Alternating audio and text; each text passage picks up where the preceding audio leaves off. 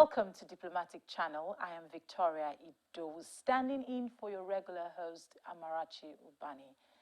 Today on Diplomatic Channel, international leaders convened for high-level meetings of the United Nations General Assembly in a summit dominated by discussions bordering on some of the challenges the world faces presently.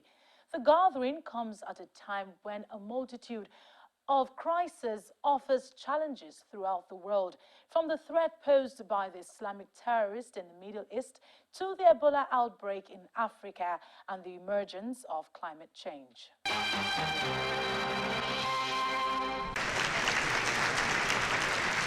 The 69th session of the United Nations General Assembly opened on Tuesday at the UN headquarters in New York with over 140 countries present.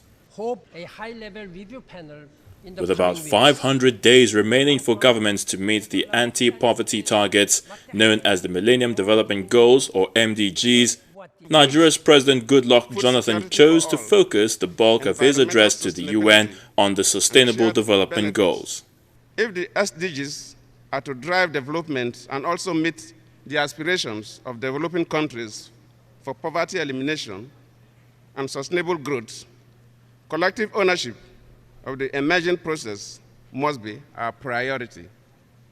For us in Africa, our expectation is that the new SDGs will be people-centered.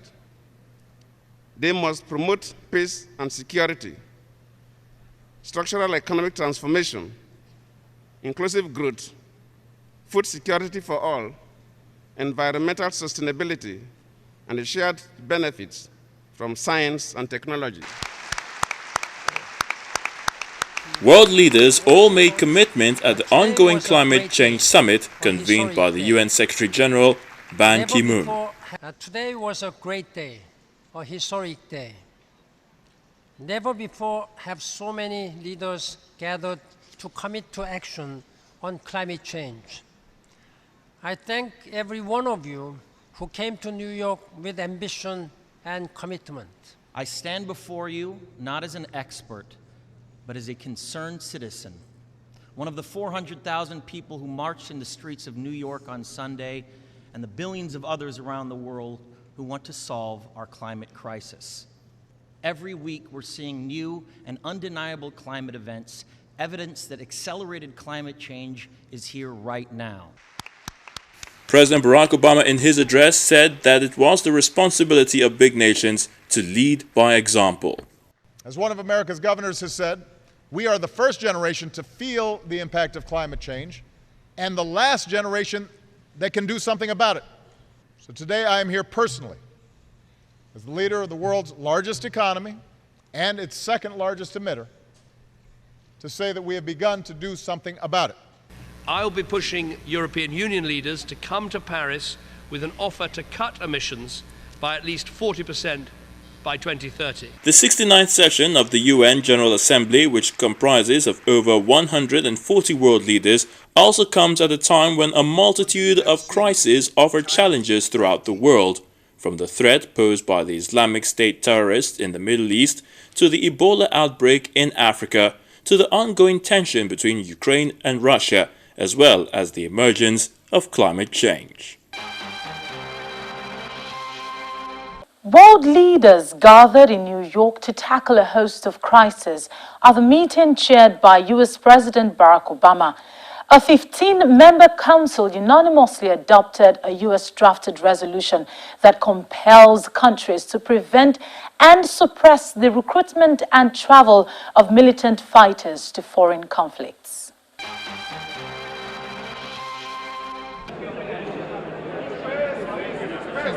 The UN Security Council demanded on Wednesday, September the 24th, that all states make it a serious criminal offense for their citizens to travel abroad to fight with militant groups or to recruit and fund others to do so, in a move sparked by the rise of Islamic State.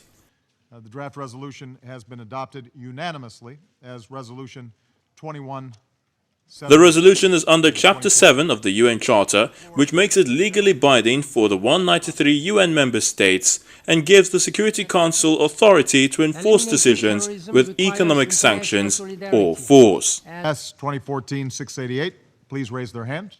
It generally targets fighters traveling to conflicts anywhere in the world. It doesn't mandate military force to tackle the foreign fighter issue. In favor of the draft resolution. At a meeting chaired by US President Barack Obama, the 15-member council unanimously adopted a US-drafted resolution that compels countries to prevent and suppress the recruitment and travel of militant fighters to foreign conflicts.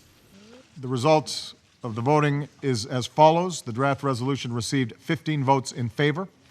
The draft resolution has been adopted unanimously as Resolution 2178, dated 2014.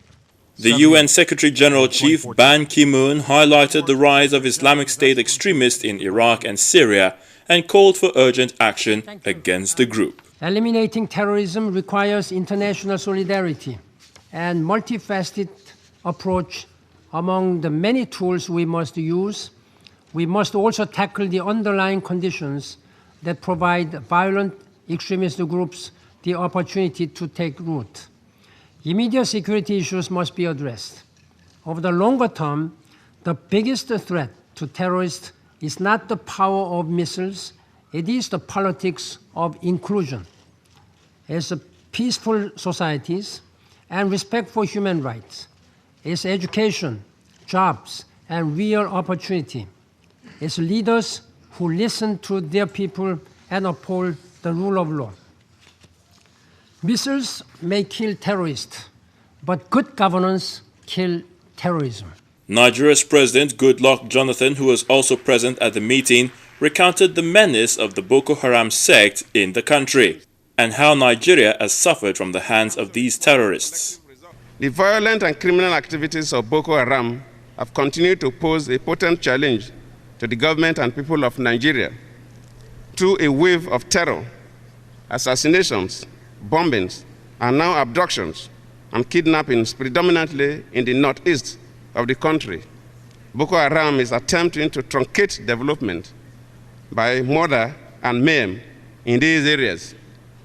In April, our innocent daughters were abducted from a secondary school in Chibok, northeast Nigeria.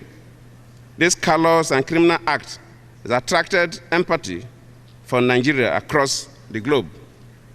I would like to take this opportunity to thank all the countries and organizations that express solidarity with us and have continued to support our determined effort to free our daughters. Although it has taken over 3 months since they were abducted, we have never relented in our effort to set them safely free. Together with our partners, we are working assiduously to free our daughters and reunite them with their families. The UN action was prompted by the rise of Islamic State and Al-Qaeda's Syrian wing Nusra Front. Some 12,000 fighters from more than 70 nations have traveled to Syria and Iraq to fight with extremist groups. The UN resolution expresses concern that foreign terrorist fighters increase the intensity, duration, and intractability of conflicts, and also may pose a serious threat to their states of origin, the states they transit, and the states to which they travel.